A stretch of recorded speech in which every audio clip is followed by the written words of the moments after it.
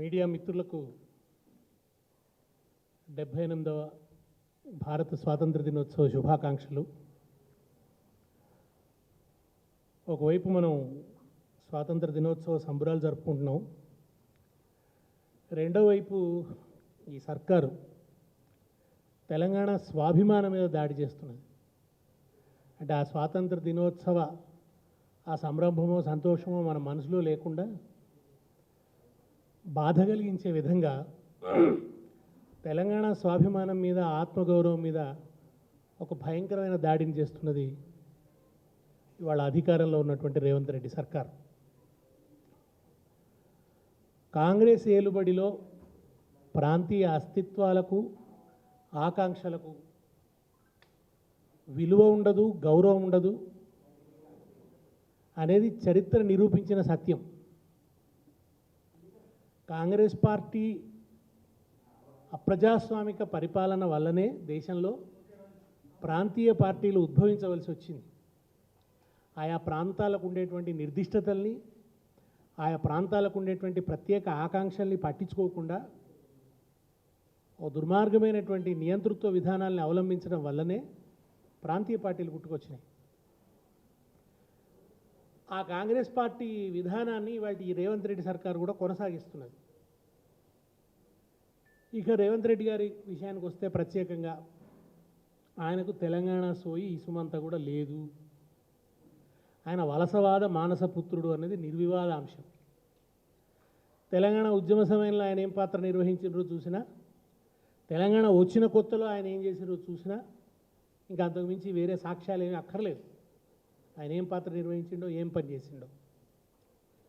చంద్రబాబు నాయుడిని తెలంగాణ మీద నీ స్టాండ్ ఏమిటో చెప్పు అని అడుగుతామని బయలుదేరిన తెలంగాణ ఉద్యమకారుల్ని మీ ప్రాణాలు తీస్తే మీరు చంద్రబాబు వైపు వస్తే ఆయన నీడను దాకినా నేను మీ ప్రాణాలు తీస్తా అని రైఫిల్ పట్టుకొని బయలుదేరిన ఆ సంఘటననైతే తెలంగాణ ప్రజలు, ఉద్యమకారులు మర్చిపోలేదు.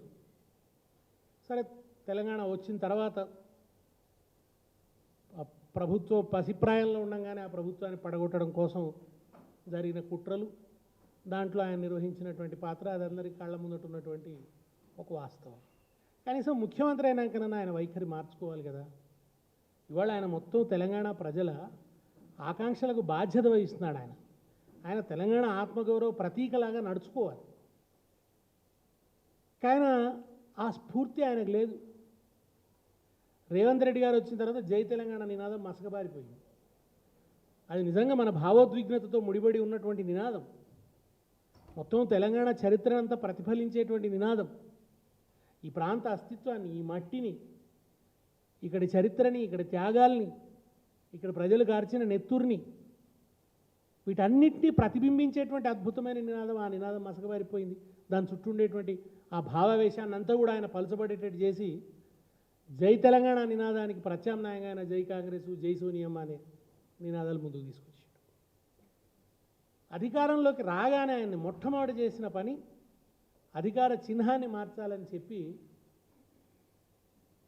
కాకతీయ తోరణాన్ని అవమానించేటట్టు వ్యాఖ్యలు చేయడం, చార్మినార్ను అవమానిస్తూ వ్యాఖ్యానాలు చేయడం. నిజానికి చార్మినార్ అది ఒక కరుణరసాత్మకమైనటువంటి ప్రతీక. హైదరాబాద్ ప్రజలు ప్లేగు వ్యాధి వచ్చి మరణిస్తే వాళ్ళందరి స్మృతిలో చార్మినార్ నిర్మించినాడు. అక్కడ కులీ కుతుబ్ షా నిలబడి ప్రార్థన చేసిండు అల్లాను. సరస్సు చేపలతో నిండిపోయినట్టు ఈ నగరం ప్రజలతో నిండిపోని అని చెప్పి ప్రార్థనలు చేసిండు. అటువంటి దాన్ని రాచరిక చిహ్నం అని అవమానించాడు. సరే, ప్రజలు ప్రతిఘటించారు కనుక ఏ కారణం చేతనో మొత్తానికి కొంచెం వెనక్కు తగ్గింది. ఇప్పుడు మళ్ళా ఒక రకమైనటువంటి దాడి జరుగుతున్నది. సెక్రటేరియట్ ఎదురుగా, సెక్రటేరియట్ ప్రధాన ద్వారానికి ఎదురుగా అమరజ్యోతి, ఏదైతే తెలంగాణ అమరుల స్మారక కేంద్రం నిర్మించుకున్నామో ఆ రెండింటి మధ్యలో ఉన్న స్థలం, అటు అమరజ్యోతికి ఎదురుగా, ఇటు సెక్రటేరియట్కు ఎదురుగా ఉన్న స్థలంలో తెలంగాణ తల్లి విగ్రహం కోసం ఉద్దేశించి ఆ స్థలాన్ని గత ప్రభుత్వం కేటాయించింది. ఇవాళ అక్కడ ఆయన రాజీవ్ గాంధీ విగ్రహాన్ని ప్రతిష్ఠిస్తానంటున్నాడు. ఆ సెక్రటేరియట్కు అమరజ్యోతికి మధ్యనున్న స్థలంలో అది తెలంగాణ తల్లిని అక్కడ పెడితే సమంజసంగా ఉంటుంది. అది తెలంగాణ స్వాభిమానానికి గుర్తుగా ఉంటుంది, తెలంగాణ ఆత్మగౌరవానికి గుర్తుగా ఉంటుంది. ఆ తల్లి తెలంగాణ పరిపాలనను, తెలంగాణ ప్రజల్ని ఆశీర్వదిస్తున్నట్టుగా ఉంటుంది.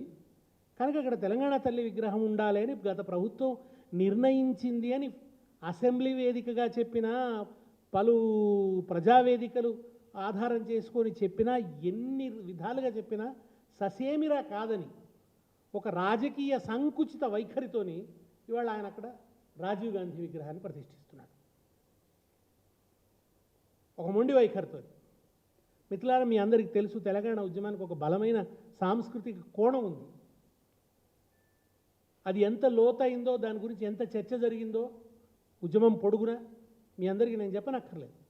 ఒక తెలంగాణ తల్లి అనే ఒక ప్రతీక ఉద్భవించిందంటే అదేదో కేసీఆర్ గారి మనసులోంచి పుట్టలేదు, అది తెలంగాణ మట్టిలోంచి పుట్టుకొచ్చినటువంటి ప్రతీక, తెలంగాణ చైతన్యంలోంచి పుట్టుకొచ్చినటువంటి ప్రతీక, తెలంగాణ స్వరాష్ట్ర ఆకాంక్షకు ప్రతీకగా పుట్టుకొచ్చినటువంటి ప్రతీక, తెలంగాణ ప్రజలు రూపొందించుకున్న ప్రతీక. భారతమాతను ఎట్లాగైతే జాతీయోద్యమ సందర్భంలో దేశ ప్రజలు సృష్టించుకున్నారో, తెలంగాణ తల్లిని తెలంగాణ ప్రజలు సృష్టించుకున్నారు తెలంగాణ ఉద్యమ సందర్భంలో. రాజీవ్ గాంధీ వ్యక్తులు వీళ్ళంతా, రాజీవ్ గాంధీ, ఇందిరాగాంధీ, మరెవరైనా కావచ్చు, కానీ భారతమాత శాశ్వతం. వ్యక్తులు ఉంటారు, పోతారు. భారతమాత శాశ్వతం, శాశ్వతంగా భారతీయ అస్తిత్వానికి సంకేతంగా నిలిచేటువంటి ఒక మానవీయమైన, ఒక గౌరవప్రదమైనటువంటి, ఒక అత్యున్నతమైనటువంటి ప్రతీక, యావత్ భారత అస్తిత్వాన్ని ప్రతిబింబించేటువంటి ప్రతీక. అట్లనే తెలంగాణ తల్లి ఇక్కడ మట్టి ప్రతీక, మృణ్మయ ప్రతీక, చిన్మయ ప్రతీక. ఆమె మృణ్మయం అంటే మట్టి, చిన్మయం అంటే చైతన్యం. ఆ రెండింటి ప్రతీక తెలంగాణ తల్లి. చాలా చర్చ జరిగింది ఇక్కడ పెట్టినటువంటి విగ్రహాల మీద. సరే, జాతీయ పార్టీల ఏలుబడి కనుక జాతీయ నాయకుల విగ్రహాలు పెట్టారు. ఆంధ్ర పరిపాలన ఉన్నప్పుడు ఆంధ్ర వాళ్ళ విగ్రహాలు పెట్టారు. చివరికి ఏమైపోయిందంటే తెలంగాణ వాళ్ళ విగ్రహాలకు చోటు లేకుండా పోయింది. సరే, కొంత తెలంగాణ రాష్ట్రం ఏర్పడ్డ తర్వాత ఒక తెలంగాణ సాంస్కృతిక పునరుజ్జీవన ప్రక్రియ అనేది ప్రారంభమైంది. ఆ ప్రక్రియను కొనసాగించవలసిన బాధ్యత ఇవాళ ఉన్న ఈ ప్రభుత్వం మీద ఉంది. తెలంగాణకు ఒక సెక్రటేరియట్ భవనాన్ని నిర్మించి దానికి బిఆర్ అంబేద్కర్ పేరు పెట్టుకున్నాం. అంబేద్కర్ పేరు పెట్టడం వెనుక ఉన్న సామంజస్యం ఏమిటంటే, అంబేద్కర్ గారు రాజ్యాంగ నిర్మాత, భారత రాజ్యాంగ నిర్మాత. ఆయన ఈ దేశం గర్వించేటువంటి ఒక మహోన్నత మానవుడు. ఆయన పొందుపరిచిన ఆర్టికల్ 3 ఆధారంగానే, అది ప్రాతిపదికగానే, ఆ చట్టం ప్రాతిపదికగానే, ఆ నిబంధన ప్రాతిపదికగానే తెలంగాణ రాష్ట్రం అవతరించిందని ఆయనకు కృతజ్ఞతా పురస్సరంగా, ఆయనకు ఒక హృదయం లోతుల్లోంచి గాఢమైనటువంటి ఒక అంజలి సమర్పించేటువంటి పద్ధతిలో కేసీఆర్ గారు సచివాలయానికి అంబేద్కర్ గారి పేరుతో నామకరణం చేశారు. ఆయన చిన్న రాష్ట్రాలను సమర్థించాడు. అంతేకాదు, ప్రాబల్య వర్గం దాడిలో నలిగిపోయేటువంటి అస్తిత్వాలు ఉంటాయి కనుక కొత్త రాష్ట్రం ఏర్పడాలంటే పార్లమెంట్లో తీర్మానం జరగాలి తప్ప అసెంబ్లీ తీర్మానంతో పని లేదు అనే సడలింపునిచ్చింది కూడా మహానుభావుడు అంబేద్కర్. ఆ సడలింపు ఉంది గనకనే, క్రాంతదర్శి అయిన ఆ మహానుభావుడు అంత ప్రజాస్వామికంగా ఆలోచించిండు గనకనే ఆంధ్రప్రదేశ్ అసెంబ్లీలో ప్రాబల్య వర్గాన్ని వ్యతిరేకించి, వాళ్ళ వ్యతిరేకిస్తున్నా కూడా తెలంగాణ రాష్ట్ర స్వప్నాన్ని మనం సాకారం చేసుకోగలిగినాం కనుక సచివాలయానికి ఆ మహానుభావుడి పేరు పెట్టుకున్నాం. ఆయన వ్యక్తిత్వ ఔన్నత్యం, ఆయన ఈ దేశానికి చేసిన దోహదం యొక్క ఔన్నత్యం తెలిసే విధంగా ఆయన విగ్రహాన్ని కూడా ఆ పక్కన ఆకాశాన్ని ముద్దాడే విధంగా కేసీఆర్ గారు ప్రతిష్ఠించారు. అంతేకాకుండా సెక్రటేరియట్ ఎదురుగా ఎవరైతే ప్రాణత్యాగాలు చేస్తే ఈ రాష్ట్రం వచ్చిందో, ఎవరు తమ ప్రాణ పరిమళాలను వెదజల్లారో, ఎవరు ఈ నేల కోసం తప్పించారో, అంటే మనిషికి అంతకంటే అమూల్యమైనది ఇంకొకటి లేదు. వాళ్ళు ఎవరో పురికొలిపిత ప్రాణాలు వదిలిన వాళ్ళు కాదు. వాళ్ళంతా కూడా అట్లా మాట్లాడితే కూడా వాళ్ళ స్ఫూర్తిని మనం అవమానించినట్టయితే, వాళ్ళ కమిట్మెంట్ను, వాళ్ళ నిబద్ధతని, వాళ్ళ పరిణతిని మనం అవమానించినట్టు అవుతుంది, వాళ్ళ త్యాగశీలతను అవమానించినట్టు అవుతుంది. మా మరణాలతోనైనా ఉద్యమంలోకి కలిసి రాని వాళ్ళు కలిసి వస్తారేమో, మేము ఉద్యమకారులను పురికొల్పిన వాళ్ళం అవుతామేమో, ఢిల్లీ ప్రభుత్వం గుండె కరుగుతుందేమో అని పాపం ఒక గాంధీ మహాత్ముని వాళ్ళు ఒక తమను తాము హింసించుకున్నారు. ఒక యేసుక్రీస్తు వలె శిలువనెక్కినారు ఆ పిల్లలు. అట్లా వాళ్ళందరి గుర్తుగా వాళ్ళ చరిత్ర గుర్తులు అక్కడ ప్రతిష్ఠించాలని చెప్పి అమరజ్యోతిని ఏర్పాటు చేసుకున్నాం. అమరజ్యోతి పేరుతో ఒక అమరవీరుల స్మారక కేంద్రాన్ని సెక్రటేరియట్ ఎదురుగానే నిర్మించుకున్నాం. ఎందుకంటే పరిపాలనలో ఆ అమరుల త్యాగం ప్రతిఫలించాలి అని చెప్పి, ప్రతిబింబించాలి అని చెప్పి, వాళ్ళ త్యాగ స్ఫూర్తి, వాళ్ళ ఆశయ స్ఫూర్తి ప్రతిబింబించాలని చెప్పి అక్కడ అమరజ్యోతిని ఏర్పాటు చేసుకున్నాం. ఆ అమరజ్యోతి లోపల హైదరాబాద్కి ఎవరైనా సందర్శకులు వస్తే వాళ్ళకి తెలంగాణ ఉద్యమ చరిత్ర తెలిసే విధంగా ఒక ఫోటో గ్యాలరీ ఉండాలి, ఆర్ట్ గ్యాలరీ ఉండాలి, అక్కడ అమరవీరుల ఫోటోలు పెట్టాలి అని ఒక సదాశయంతో అమరజ్యోతి ఏర్పాటు చేసినారు. అది దాని ప్రారంభోత్సవం జరిగింది. మిగతా ఆర్ట్ గ్యాలరీ అవన్నీ వాటికి సంబంధించినటువంటి ఆలోచన చర్చ జరుగుతున్న క్రమంలోనే ప్రభుత్వం మారిపోయింది. సరే, ఇవాళ ఆ అమరజ్యోతిని కూడా ఈ ప్రభుత్వం ఏం పట్టించుకోవట్లేదు. దాంట్లో మరి వాటన్నిటిని ఏర్పాటు చేస్తారా, ఏం చేస్తారో తెలియదు. ఈ రెండింటి మధ్యలో ఉన్న స్థలం మీకు అందరికీ గుర్తుండే ఉంటుంది. గతంలో మన సెక్రటేరియట్ యొక్క ద్వారం అభిముఖంగా, ద్వారం ముందు తెలుగు తల్లి విగ్రహం ఉండేది.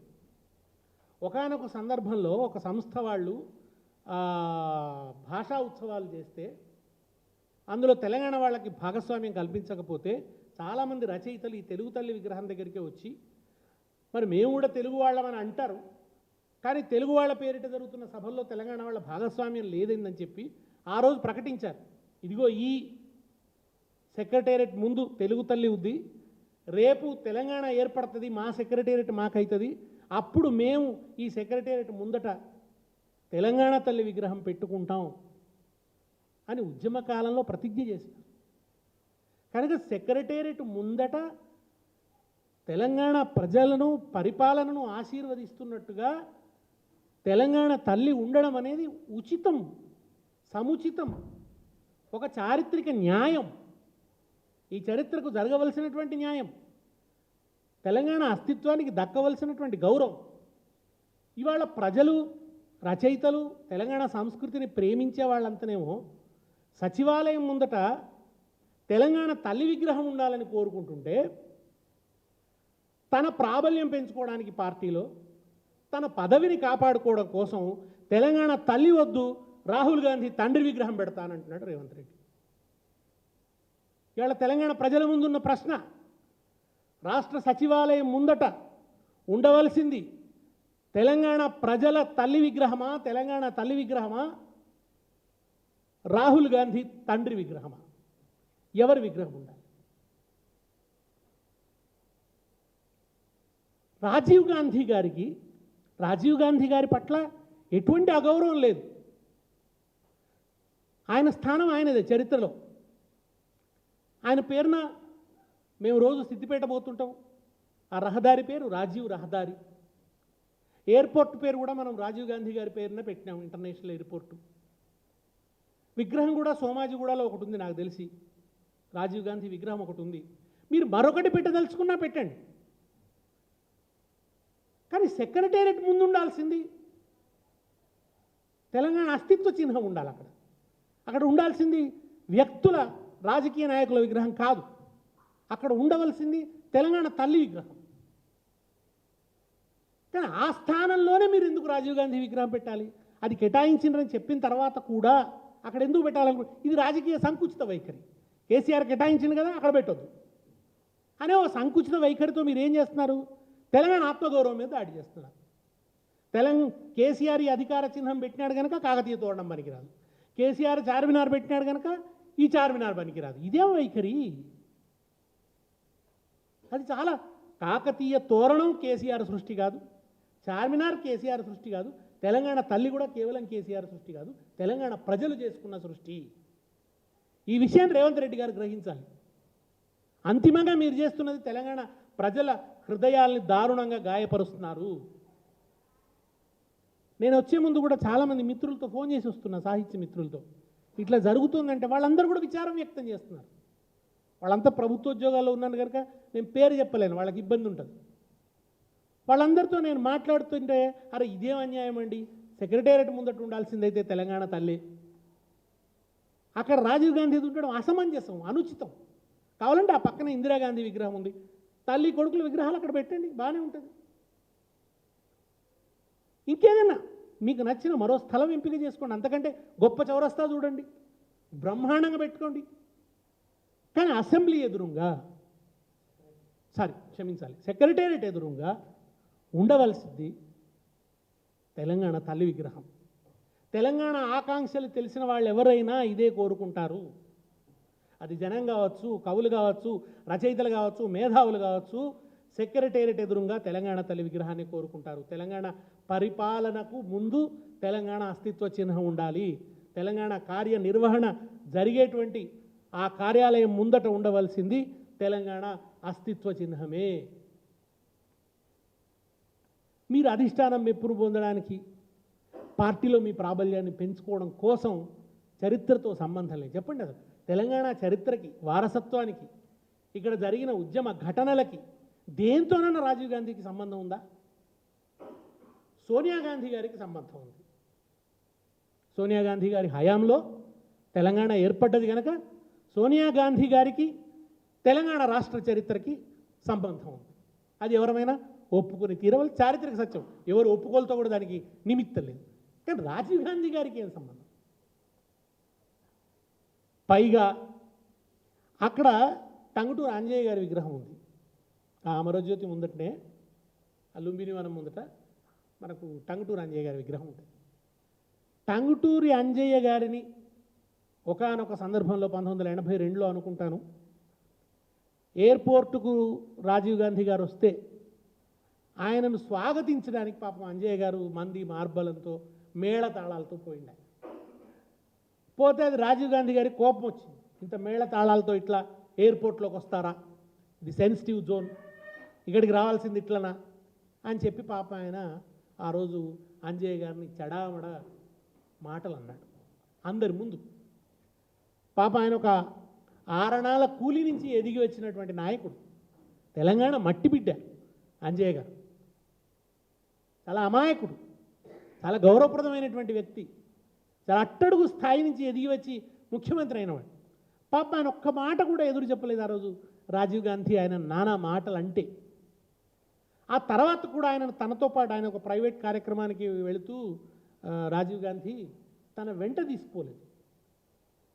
కారులో తీసుకోకపోతే పాపం వేరే కారులో అపసోపాలు పడుతూ అంజయ్య గారు పోయిందనేది మనందరికీ తెలుసు.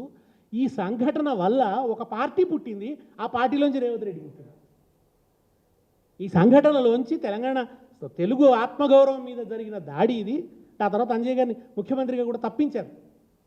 ఇది తెలుగువారి ఆత్మగౌరవం మీద జరిగిన దాడి అని, తెలుగు ఆత్మగౌరవం అనే నినాదంతో ఒక పార్టీ పుట్టింది, తెలుగుదేశం పార్టీ.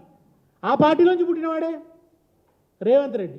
ఇవాళ ఆ అంజయ్య విగ్రహం ముందట ఈయన రాజీవ్ గాంధీ విగ్రహం పెడితే అంజయ్య గారు మిమ్మల్ని అవమానించి కూడా మీ ముందే నేను నిలుచున్నాను చూడండి అన్నట్టు ఉంటుంది. కనుక ఆ స్థలంలో రాజీవ్ గాంధీ విగ్రహం అసమంజసం, అనుచితం. దీన్ని గ్రహించవలసిందిగా నేను ఈ ప్రభుత్వానికి హితవు పలకదలుచుకున్నాను. దీని ద్వారా మీరు తెలంగాణ ఆత్మగౌరవం మీద దాడి చేయకండి, తెలంగాణ ప్రజల హృదయాలను దారుణంగా గాయపరచకండి. సరే, ఆత్మగౌరవంతో తెలుగువారి ఆత్మగౌరవం పేరుతో వచ్చిన ఆ పార్టీ తెలంగాణ ఆత్మగౌరవాన్ని ఎట్లా కాలరాచిందన్నది ఇంకో చరిత్ర అనుకోండి. సచివాలయం అనేది తెలంగాణ ప్రజల స్వాభిమానానికి గుర్తు. అక్కడ రాజీవ్ గాంధీ గారి విగ్రహం సమంజసం కాదు. ఈ విషయం మీద కావాలంటే మీరు అభిప్రాయ సేకరణ జరపండి. ప్రజాభిప్రాయ సేకరణ చేస్తారా, లేకుంటే కవులను సంప్రదిస్తారా, రచయితలను సంప్రదిస్తారా, విజ్ఞుల్ని సంప్రదిస్తారా? సంప్రదించండి. మొన్న ఒక మాట అసెంబ్లీలో తెలుగు యూనివర్సిటీకి సురవరం ప్రతాపరెడ్డి గారి పేరు పెట్టాలనగానే ముఖ్యమంత్రి గారు లేచి నిలబడి మీరందరూ కనుక ఒప్పుకుంటే ఆ పని చేస్తానన్నారు. ఇప్పుడు కూడా అదే మాటనండి. మీరు అసెంబ్లీలో చర్చించండి, తెలంగాణ ప్రజలు అంగీకరిస్తే పెట్టండి, అంగీకారాన్ని తెలుసుకోండి. ఏకపక్షంగా ఎట్లా పెడుతున్నారు మీరు?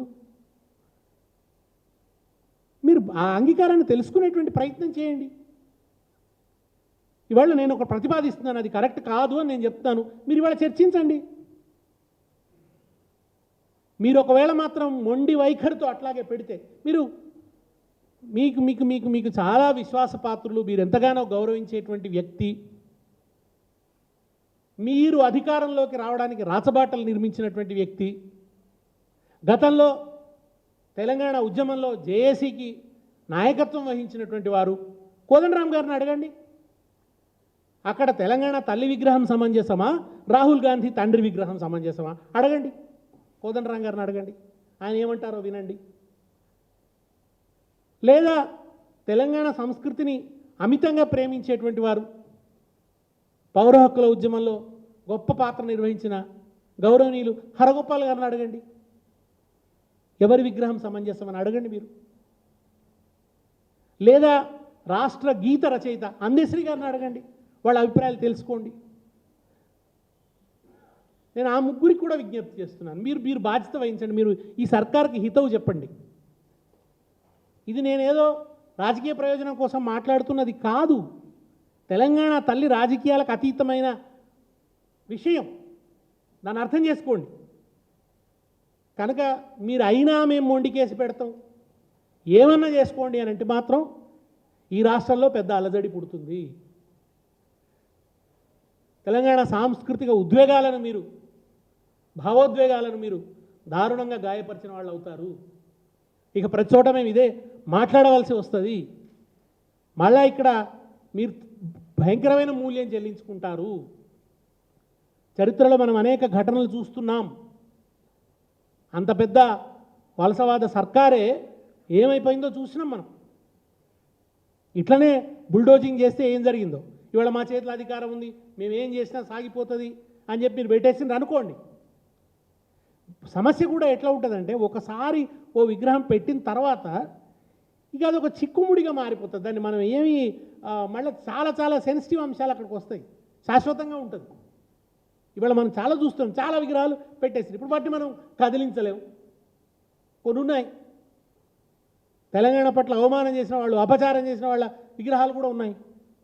తెలంగాణ ఉద్యమకారుల నెత్తురుకళ్ళ చూసిన వాళ్ళ విగ్రహాలు ఉన్నాయి. రక్తంతో హోలీ ఆడుకున్నారు తెలంగాణ ప్రజల రక్తంతో, అటువంటి వాళ్ళ విగ్రహాలు ఉన్నాయి. ఇవాళ వాటిని తీసేయను లేము, పెట్టుకోను లేము, అదో పెద్ద సమస్య. కానీ ఇట్లా చాలా సెన్సిటివ్, ఒకసారి ఒకటి జరిగిపోతే కష్టం చరిత్రలో. కానీ ఇవాళ ఆ స్థలం, అది తెలంగాణ తల్లి కోసం ఓ పవిత్ర స్థలం. ఇప్పుడు అది మీరు ఇప్పుడు ఆ స్థలాన్ని ఇక రాజీవ్ గాంధీని తెచ్చిపెట్టి తెలంగాణ అస్తిత్వానికి అక్కడ అవకాశం లేకుండా చేస్తే, అక్కడ ఉంటేనే ఆ అధికార హోదా, ఆ ప్రతిపత్తి ఉంటుంది, ఆ రాష్ట్ర అధికార ప్రతిపత్తి ఆ విగ్రహానికి వస్తుంది, ఆ స్టేటస్ వస్తుంది. మీరు ఇక దాన్ని లేకుండా చేసిన తర్వాత అక్కడ ఏ సంబంధం లేని రాజీవ్ గాంధీ గారిని తెచ్చిపెడితే ఇక మరి తెలంగాణ అస్తిత్వం ఏమైపోవాలి, వారసత్వం ఏమైపోవాలి, వీళ్ళ మనోభావాలు ఏమైపోవాలి, ఉద్వేగాలు ఏమైపోవాలి. కనుక ఇటువంటి వైఖరిని విడనాడండి. మీరు మొండి వైఖరితో ఆ విగ్రహ ప్రతిష్టాపనకు పూనుకోకండి. దీనికి వ్యతిరేకంగా ఒక పెద్ద కార్యాచరణను ప్రకటించవలసి వస్తుంది అనే విషయాన్ని మాత్రం నేను ఇవాళ ఈ సమావేశం ముఖంగా ఈ ప్రభుత్వానికి తెలియజేయాల్సుకున్నాను.